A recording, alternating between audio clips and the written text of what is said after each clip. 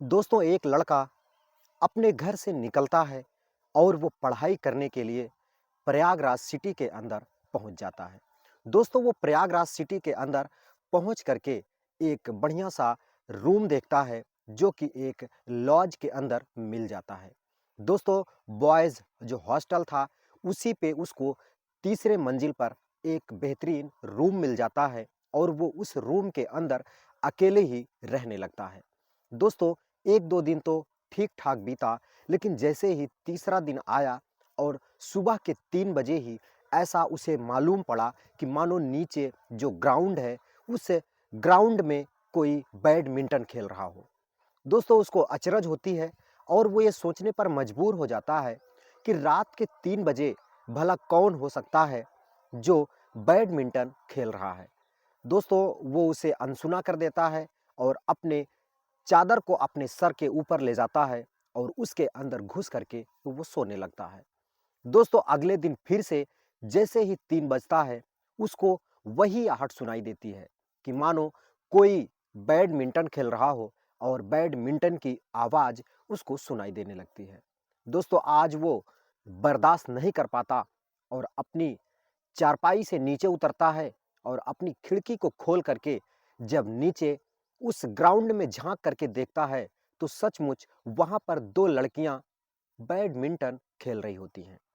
दोस्तों दोनों लड़कियां वाइट टी-शर्ट और वाइट घंघरा पहन करके बैडमिंटन खेल रही होती हैं और जब वो उसे देखता है तो वो सोचने पर मजबूर हो जाता है कि इतनी भोर में भला कोई बैडमिंटन खेलता है। वो सोचता है कि होगा ये शहर के लोग हैं, कुछ भी कर सकते हैं और आकर के अपने बेड पर, अपनी चारपाई पर वो लेट जाता है। दोस्तों अब रोज का ये सिलसिला हो जाता है। जैसे ही 3 बजता वो लड़कियां नीचे बैडमिंटन खेलने लगती और ये लड़का डिस्टर्ब होता। दोस्तों एक दिन इस लड़के ने एक विचार बनाया कि क्यों ना चल कर के इन लड़कियों से मिला जाए और इनसे बातचीत किया जाए, क्योंकि मैं जग तो जाता ही हूँ, फिर नींद तो आती नहीं। तो इससे अच्छा है कि जो अकेले मैं समय बिताता हूँ, इनके पास चल कर के समय बिताऊँ।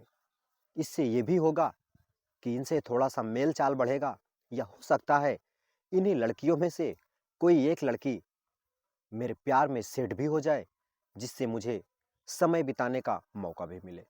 दोस्तों बस इसी लालच के अंदर वो लड़का अगले दिन का इंतज़ार करने लगता है और ये सोचने लगता है कि आज तो मैं उनसे बात करूँगा और अपने प्यार के चक्कर में किसी लड़की को ज़रूर फँसाऊँगा और सेट कर लूँगा, जिससे मेरी ज़िंदगी में एक लड़की हो जाएगी, एक अहमियत हो जाएगी। दोस्तों आज के दिन वो शाम को जल्दी से खाना-पीना बनाता है, खाता है और सो जाता है। सुबह 2 बजे का वो अलार्म लगा के रखा था, क्योंकि वो लड़कियों से मिलने जा रहा था। वो ये सोच रहा था कि मैं सुबह 2 बजे उठूँगा, नहाऊँगा, धोऊँगा, अच्छे से कपड़े पहनूँगा, ताकि मैं उनको जा कर के जब मिलूँ तो इम्प्रेस कर पाऊँ। अच्छा-सा कपड़ा रहेगा, अच्छे से मैं तैयार रहूँगा, तभी तो वो लड़कियाँ मुझ पर इम्प्रेस होंगी और मैं उनको अपने प्यार में सेट कर पाऊँगा। दोस्तों जैसे ही 2 बजता है उसके मोबाइल में अलार्म बजता है और वो उठ करके अलार्म बंद करता है, ब्रश करता है, फ्रेश होता है, नहाता है और अच्छे से कपड़ा पहनता है और 3 बजने का इंतज़ार करने लगता है। दोस्तों देखते ही देखते घड़ी में 3 बज जाता है और नीचे उसे कोई आहट आज सुनाई नहीं दे रही थी।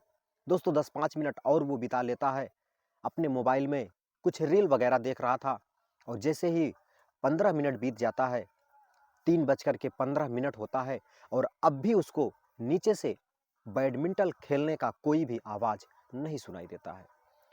दोस्तों वो तुरंत खिड़की की तरफ जाता है और खिड़की खोल करके नीचे झाँक करके देखने की कोशिश करता है कि यार क्या हुआ, आज वो लोग खेलने क्यों नहीं आई? तो देखता है तो नीचे एक लड़की जो बैडमिंटन ला करके अकेले ही उछाल करके उसे खेल रही थी और बगल में वहीं जो एक सीमेंट की बेंच बनी होती है उसी पर बैठ करके अकेले थोड़ा उदास मन से खेल रही थी।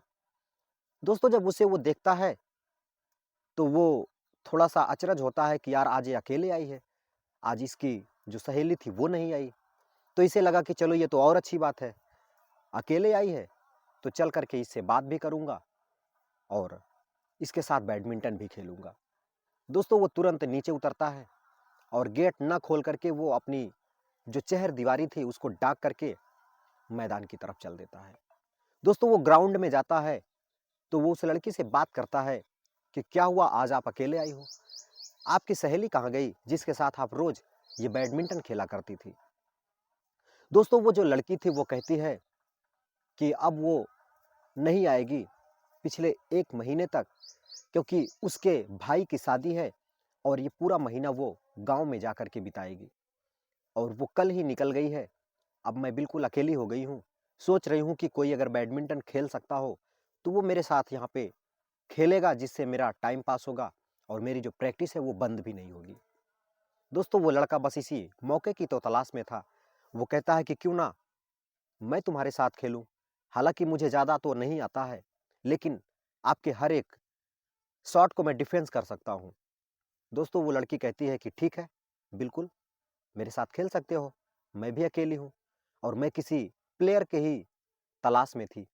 दोस्तों वो लड़का एक बैट को लेता है और वो दोनों लड़कियाँ और वो लड़का, दोस्तों फिर क्या, वो लड़का उस लड़की से एक बैट लेता है और फिर वो लड़की और वो लड़का दोनों बैडमिंटन खेलने लगते हैं। दोस्तों बैडमिंटन खेलते-खेलते वो जो लड़का है, वो ये चाह रहा था कि इस लड़की से बात करा जाए। दोस्तों वो बोल रहा था कि कहाँ की रहने वाली हो? तो वो बताती है कि ज़्यादा दूर नहीं, फिलहाल प्रयागराज से गोरखपुर की रहने वाली हूँ मैं और गोरखपुर से मैं आकर के यहाँ पे पढ़ाई कर रही हूँ। लड़का कहता है कि किस क्लास में पढ़ रही हो? तो वो बताती है कि मैं हाई स्कूल के बाद इंटर की हूँ। इंटर करने के बाद मैं एसएससी की तैयारी करने के लिए इलाहाबाद के अंदर आ गई हूँ और यहीं से रह करके मैं कॉलेज भी कर रही हूँ और एसएससी की तैयारी भी कर रही हूँ। और वो लड़की कहती है कि तुम कहाँ के रहने वाले हो? तो वो लड़का कहता है कि मेरा तो ज़िला इलाहाबाद ही है और इस प्रयागराज से 40 किलोमीटर की दूरी पर एक कस्बा लगाता है फूलपुर। मैं वहीं फूलपुर के पास में एक छोटा-सा गाँव है, वहीं का रहने वाला हूँ और मैं भी यहाँ आकर के अपनी पढ़ाई कर रहा हूँ, साथ में कॉलेज कर रहा हूँ और कुछ इधर-उधर वनडे एग्ज़ाम की तैयारी कर रहा हूँ।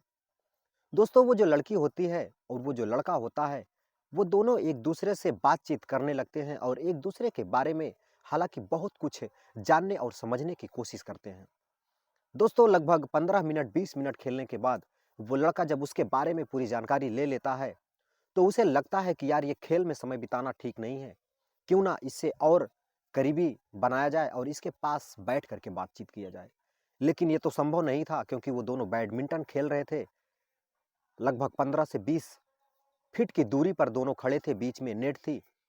तो वो लड़का सोचता है कि क्यों ना इस नेट को ख़त्म किया जाए और वो खींच करके अपने बैट से उस बैडमिंटन को बाउंड्री के उस पार, जो ग्राउंड का बाउंड्री होता है, उसको डका करके मार देता है। दोस्तों वो लड़की जो थी वो कहती है, अरे ये क्या किया आपने? इतना तेज़ कोई मारता है? देखो अब तो बैडमिंटन भी खो गया, अब किससे खेलेंगे? वो लड़का कहता है कि कोई नहीं, चलो कल मैं नया मिंटन ला दूँगा, उससे हम लोग खेलेंगे। अभी आओ हम लोग बैठ करके बातचीत करते हैं। दोस्तों लड़की उसके पास बैठ जाती है और वो लड़का उससे उसके बारे में जानने की कोशिश करने लगता है और तभी धीरे-धीरे सुबह होने लगती है और वो लड़का फिर से अपने लॉज के अंदर, अपने रूम के अंदर चला जाता है और वो लड़की अपने ठिकाने चली जाती है। दोस्तों अब ये रोज का सिलसिला हो गया था। जैसे ही 3 बजता वो लड़का अपने बैट को लेता, मिंटन लेता और नीचे आ जाता, बाउंड्री डाक करके, और उस लड़की के साथ बैडमिंटन खेलने लगता और कभी वो दोनों बैठ करके बात भी करने लगते। दोस्तों आज एक दिन ऐसा होता है कि जब वो लड़की आती है और कहती है आज मेरा सर दर्द कर रहा है, मेरा खेलने का ज़रा भी इरादा नहीं है। वो लड़का कहता है कि ठीक है, हम लोग बैठ करके कुछ बातें करते हैं और वो फिर लड़का और लड़की दोनों बातें करने लगते हैं। दोस्तों बात करते-करते वो जो लड़का था वो लड़की को टच करने की कोशिश करता है कि मैं इससे थोड़ा-सा जो दूरी है उसको कम किया जाए और इससे और ज़्यादा करीब आया जाए। क्योंकि वो उसे अपने प्यार के चक्कर में फँसाना चाह रहा था, उसे सेट करना चाह रहा था। दोस्तों वो लड़की के कंधे पर अपना जो हाथ है वो रख देता है और लड़की थोड़ी-सी असहज होती है और उस लड़के के हाथ को नीचे उतारने के लिए अपने हाथ से उस लड़के का हाथ पकड़ लेती है। लेकिन तभी उसकी हिम्मत नहीं होती है कि उस लड़के का जो हाथ है वो अपने कंधे से हटा दे और वो उस हाथ को पकड़े रह जाती है, जिससे लड़का और भी ज़्यादा मोटिवेट होता है और भी ज़्यादा इसको हिम्मत मिल जाती है कि यार ये तो लड़की कुछ कर ही नहीं रही है। फिर क्या, वो उसे गुदगुदाने लगता है, उसके कंधे पर अपना सर रख देता है, उसके गाल पर किस कर लेता है और उसके होठों को चूम लेता है। दोस्तों, वो लड़की और वो लड़का अब दोनों एक दूसरे के हो चुके थे। वो लड़का कहता है कि यार आज मेरा बहुत कुछ करने का मन कर रहा है। तो वो लड़की कहती है कि ठीक है, अगर तुम्हें बहुत कुछ करना है तो अपने रूम तक ले चलो, जो भी कुछ करना है वहाँ पर हम दोनों करेंगे। दोस्तों, वो लड़का जो है वो कहता है ये कैसे संभव हो सकता है? मेरा रूम तो हालांकि 3 मंजिले पर है और मैं गेट भी नहीं खोलता हूँ, बाउंड्री फाँद करके आता हूँ तुमसे खेलने के लिए, तो वहाँ कैसे जा सकता हूँ? जो लड़की थी वो कहती है कि अगर तुम आ सकते हो तो मैं भी जा सकती हूँ, जैसे तुम आते हो जाते हो वैसे मैं भी चलूँगी। दोस्तों, फिर क्या, वो लड़का जो है उसे अपने कंधे पर बिठाता है और बाउंड्री डका देता है। दोस्तों, बाउंड्री डकाने के बाद वो दोनों अपने रूम पर चले जाते हैं और लड़के के रूम पर जाने के बाद उस लड़की के साथ वो जो लड़का है, वो जो भी समय उसके पास था वो उससे रिलेशन बनाता है, उसके साथ सेक्स करता है, उसके साथ संबंध बनाता है। दोस्तों, अब ये जो लड़का और लड़की थे ये बैडमिंटन नहीं खेलते हैं। जब भी लड़की आती वो लड़का उसे दीवार डकाता और अपने रूम तक ले जाता और दोनों रिलेशन बनाते और दोनों एक दूसरे के साथ संबंध बनाते। संबंध बनाने के बाद लड़का लड़की को नीचे लाकर छोड़ता और लड़की अपने ठिकाने चली जाती। दोस्तों, धीरे धीरे ये सिलसिला लगभग 10 से 15 दिन चलता है। लड़का भी बहुत खुश हो जाता है और वो लड़की भी खुश तो थी ही। एक दिन वो दोनों बात कर रहे थे और बात करते करते जो लड़का था वो कहता है यार अब तो 1 महीना होने वाला है, तुम्हारी सहेली आ जाएगी तो क्या तब भी तुम मुझसे मिलने आओगी? तो वो लड़की कहती है कि देखा जाएगा, ये तो भगवान के भरोसे है, कैसे आऊँगी कैसे नहीं आऊँगी ये तो समय बताएगा। दोस्तों, वो जो लड़का है वो कहता है यार भगवान क्या होता है? मुझे तो भगवान के ऊपर कोई भी यकीन नहीं है। तुम आओगी कि नहीं आओगी ये बताओ, भगवान के ऊपर मत छोड़ो। दोस्तों, जो लड़की थी वो कहती है कि बिल्कुल, भगवान के ऊपर ही तो सब कुछ है। ये भगवान से तो पूरी दुनिया चलती है। वो लड़का कहता है यार मुझे भगवान पर ज़्यादा यकीन-वकीन नहीं होता है। मैं भगवान को नहीं मानता हूँ। मैं जिसे देख सकता हूँ, जिससे बात कर सकता हूँ, वही मेरे लिए सब कुछ है। ये भगवान क्या होता है? वो लड़की कहती है कि इसका मतलब तुम नास्तिक हो? वो कहता हाँ, मैं ऊपर वाले को नहीं मानता हूँ, भगवान वगैरह नहीं मानता हूँ। वो लड़की कहती है तब तो तुम भूत को भी नहीं मानते होंगे? वो लड़का कहता है कि यार ये तो कौन-सी बात कर रही हो? जब मैं भगवान को नहीं मानता हूँ तो भला भूत को मैं कैसे मानूँगा? वो भी तो दिखाई नहीं देता है। बस ये लोगों के मन का वहम है, असल में ऐसा कुछ होता नहीं है। वो लड़की कहती है कि नहीं यार ये सब कुछ होता है, समय आने पर तुम्हें सब पता चल जाएगा। दोस्तों, वो जो लड़का था कहता है छोड़ो यार उन सारी सारी बातों को, हम लोग जिसके लिए यहाँ पर आए हैं चलो वो करते हैं। और फिर वो लड़का और लड़की रिलेशन बनाने लगते हैं, एक दूसरे के साथ सेक्स करने लगते हैं। दोस्तों, फिर क्या, वो लड़की अपने ठिकाने चली जाती है, लड़का अपने पढ़ाई के लिए तैयारी करने लगता है और अगले दिन का फिर से वो दोनों इंतजार करने लगते हैं। दोस्तों, आज वो जो लड़का था वो जैसे ही रात को लेटता है तो रात के करीब 1 बजे उसको एक भयंकर सपना आता है। दोस्तों, लड़के के सपने में ऐसा लगता है कि वही लड़की जो उससे मिलने आती है, जिसके साथ वो रिलेशन में है, उसका एक तरफ का जो चेहरा है वो बिल्कुल जल चुका है और बड़ा ही भयावह लग रहा है। चमड़ी पूरा जल चुकी है और पूरा लाल-लाल, मानो कि जैसे एकदम घायल अवस्था में उसके सामने आ जाती है और उस लड़के को वो लड़की डराने की कोशिश कर रही होती है। दोस्तों, जब ये लड़का स्वप्न में देखता है तो वो अचानक चिल्ला उठता है और चिल्ला करके अपने बिस्तर पर बैठ जाता है और जैसे ही वो बिस्तर पर बैठता है तो समझ जाता है कि यार ये तो एक बुरा सपना था। असल में ये सच्चाई तो है ही नहीं। लेकिन उसको स्वप्न में ऐसा लग रहा था कि वो लड़की उससे मिलने आई है और दरवाजे पर खड़ी है और उसको डराने की कोशिश कर रही है। दोस्तों, लड़का बहुत ही ज़्यादा डर जाता है और उसने इतना तेज़ से चिल्लाया था जिस वजह से आस-पास के जितने रूम वाले थे, जो लड़के थे वो भी आ जाते हैं और कहते हैं कि क्या हुआ यार दरवाज़ा खोल। वो कहता है कुछ नहीं यार एक बुरा सपना था। वो कहते हैं नहीं दरवाज़ा खोल तो बहुत तेज़ी से चिल्लाया था। तो ठीक है, वो लड़का दरवाज़ा खोलता है। लोग आकर के देखते हैं तो वो बिल्कुल पसीना-पसीना हो गया था और लोग कहते हैं यार तू तो भूत वगैरह को भी नहीं मानता था, हालाँकि तू इतना तेज़ से चिल्लाया क्यों? तो वो कहता है यार एक बुरा सपना था। तो लोग कहते हैं कि यार बुरा सपना तुझे कब से आने लगे? तू तो बिल्कुल नास्तिक है, तुझे तो भूत-प्रेत पर यकीन ही नहीं है। तू तो ईश्वर को भी नहीं मानता, भगवान को भी नहीं मानता। वो लड़का कहता है कि यार पता नहीं कैसे आ गया, हालाँकि छोड़ो, ये एक स्वप्न था, स्वप्न के जैसा इसको छोड़ दिया जाता है। दोस्तों फिर क्या, वो सारे लोग अपने रूम पर चले जाते हैं और वो लड़का जग रहा होता है और सोच रहा होता है कि जैसे ही 3 बजेगा वो लड़की आएगी और सच्चाई पता चलेगी और उससे मैं पूछने की कोशिश करूँगा।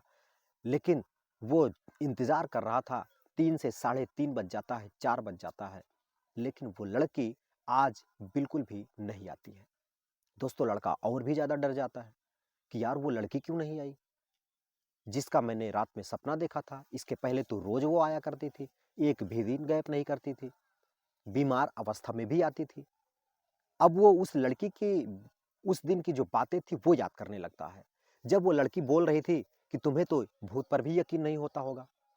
वो लड़का उस लड़की की बातों को मिलाने लगता है और उस लड़की की जो बातें थी वो उसके दिमाग में चलने लगती है कि एक दिन ऐसा आएगा जब तुझे सब कुछ पता चल जाएगा कि असल में भूत होता है कि नहीं होता है।